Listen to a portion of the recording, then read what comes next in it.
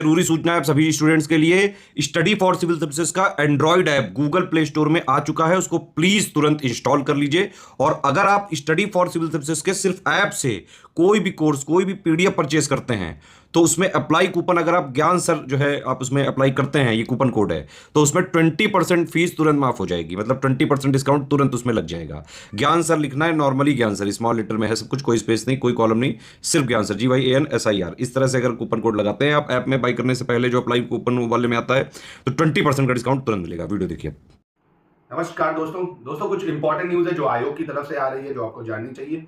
UPPCS prelims को लेके, UPPCS के कैलेंडर को लेके और पिछले जो रिकॉर्ड्स हैं उसको लेके। देखिए, आपको अगर पता होगा 2023 में जो यूपीपीसीएस का पेपर हुआ था वो 14 मई को हुआ था, और आयोग ने 8 महीने के अंदर ही, यानी जनवरी में 23 जनवरी तक ही सारा काम धाम निपटा दिया था, मतलब फाइनल रिजल्ट दे दिया था। तो 14 मई से अगर आप जोड़ो, मई से जून, जुलाई, अगस्त, सितंबर, अक्टूबर, नवंबर, दिसंबर, जनवरी, इस बार आयोग ने रिकॉर्ड बनाना चाहा था, रिकॉर्ड बनाना चाह रहा था आयोग, माफ कीजिएगा, कि 17 मार्च को पेपर है।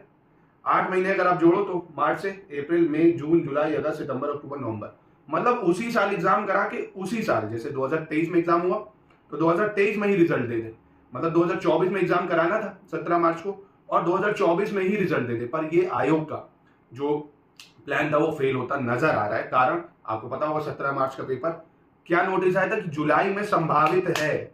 अब अगर जुलाई में भी होता है तो 8 महीने भी अगर आप जोड़ोगे, क्योंकि प्रीलिम्स में के बाद मेंस में 3 महीने दिए जाते हैं, ठीक है। जुलाई में अगर होता है, अगस्त, सितंबर, अक्टूबर तक मेंस होगा, फिर जनवरी तक में इंटरव्यू होगा, तो वापस से साइकिल वही चल जाएगी। और फिर अगले साल का प्रीलिम्स भी कराना है तो अगले साल का प्रीलिम्स मई में जाएगा। तो देखिए, पूरी संभावना है, ये जो आप देख रहे हो ना यूट्यूब पे, कि अक्टूबर, कोई 13 अक्टूबर, कोई 3 अक्टूबर, पेपर जुलाई में ही होगा, ये समझ लीजिए। मतलब मेरे को ऐसा लगता है 60 to 70% चांसेस जुलाई में ही है, जो आयोग की तरफ से बार बार नोटिस आ रहे हैं न्यूज़पेपर में, जो न्यूज आ रही है उसके अकॉर्डिंग। अब देखिए, अगर आयोग ने कह दिया कि ठीक है इतनी जुलाई को पेपर है, तो आप क्या करोगे? प्रोटेस्ट करोगे। इसलिए अपनी तैयारी में कह रहा हूँ, जुलाई में हो, आप जुलाई लेके चलो। पेपर में मानो अक्टूबर नवंबर तक भी जा सकता है, चलो, पर आप जुलाई लेके चलो। कारण क्योंकि आयोग ने क्या बोला है कि पीसीएस की परीक्षा जुलाई में संभावित है। अगर वो 16 जुलाई, 13 जुलाई, 21 जुलाई कुछ भी दे देता है तो आप क्या करोगे? ट्विटर कैंपेन चलाओगे, प्रोटेस्ट करोगे, हटाओ? वो कहेगा हमने तो बोला था ना। तो अपनी तैयारी ऐसी रखो कि पेपर जुलाई में ही है, ऐसी तैयारी रखो, समझ लो। मतलब अभी श्योरिटी नहीं कि जुलाई में होगा, अक्टूबर में, कोई सब कयास है। फाइनल आपको पता चल जाएगा जैसे ही मोदी जी या कोई दूसरी सरकार आएगी 4 जून को, जिसकी भी सरकार बनेगी, तुरंत उसके हफ्ते भर बाद कैलेंडर देखने को मिलेगा। और प्रोबेबिलिटी ये भी है कि अगस्त में पेपर हो जाएगा, मतलब जुलाई में पेपर हो सकता है ना। तो आप इसी की तैयारी लेके चलो। इसके बीच में आपको क्या क्या पढ़ना है, देखिए, जैसे अभी मई चल रहा है, ठीक है, आप एकदम शुरू से बैठ जाओ लेके 5 सब्जेक्ट, सिर्फ प्रीलिम्स के लिए मैं बता रहा हूँ पहले, प्रीलिम्स, क्योंकि प्रीलिम्स की डेट आने वाली है। History, geography, science, current affairs और यूपीजी के पॉलिटी, ये सब्जेक्ट लेके बैठ जाओ। 5 जीएस के सब्जेक्ट ले लो, हिस्ट्री, ज्योग्राफी, पॉलिटी, साइंस, यूपीजी के और करंट अफेयर्स। पहले एक सब्जेक्ट को खत्म करो, ठीक है। एक सब्जेक्ट, ये नहीं आज हिस्ट्री पढ़ी कल पॉलिटी पढ़ ली। एंशिएंट हिस्ट्री लेके बैठे, अपना टारगेट बनाया कि मुझे एंशिएंट हिस्ट्री 10 दिन में खत्म करनी है। जैसे ही एंशिएंट हिस्ट्री खत्म हुई, उसके पेड क्विज लगा लिए, स्टडी फॉर सिविल सर्विसेज से मिल जाएंगे सारे chapter wise paid quiz, section wise test लगा लिए, ठीक है, ये लगा लिए। जैसे ही सारा सब कुछ कवर हुआ, पूरी जीएस, फिर GS section wise full test लगाया, जीएस सेक्शन का फुल टेस्ट लगा लिया, ठीक है। फिर इसके बाद करंट अफेयर्स, आपको स्टडी फॉर सिविल सर्विसेज पे मंथली करंट अफेयर्स मिल जाएगा। डेली न्यूज़पेपर की हैबिट जरूर बनाओ, न्यूज़पेपर जरूर पढ़ो। कोई भी हिंदी मीडियम हो तो हिंदी मीडियम का न्यूज़पेपर पढ़ लो, कोई भी न्यूज़पेपर पढ़ो, और monthly current affairs study for civil services से मिल जाएंगे। 35 प्लस सवाल सिर्फ डायरेक्टली आप एससीएस से देखेंगे, आते हैं यार हर साल, ठीक है। तो इसको हो गया आपका ये कवर। अभी देखो, मेंस में जब तक टाइम है तो मेंस के पेपर का एनालिसिस कर डालो लास्ट 5 साल का।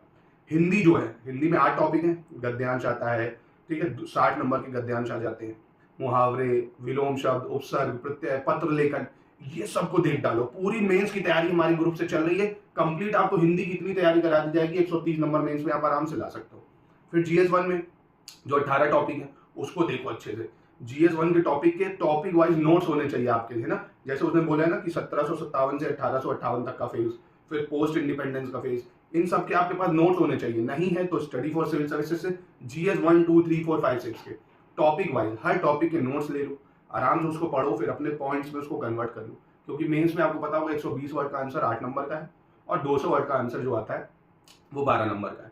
तो इसके लिए आपको लिखाई होनी चाहिए, क्योंकि एक ही दिन में आप 6 घंटे पेपर लिखोगे, 9:30 से 12:30 होता है, फिर 2 से 5 होता है। एक ही दिन में 6 घंटे पेपर लिखने में ना हालत खराब हो जाती है।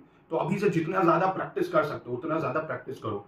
मेंस आंसर राइटिंग की प्रैक्टिस करो, जीएस के पेपर देखो कि कैसा पेपर आता है ना, उसको कैसे लिखना है, ये पूरा तरीका क्या आपको पता है।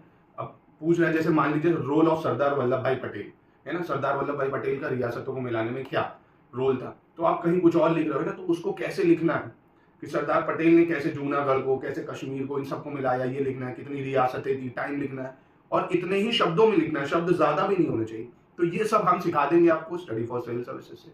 ऐसे की प्रैक्टिस कैसे करनी है, 3 ऐसे लिखने होते हैं, हिंदी, इंग्लिश या उर्दू, किसी में भी लिख सकते हो।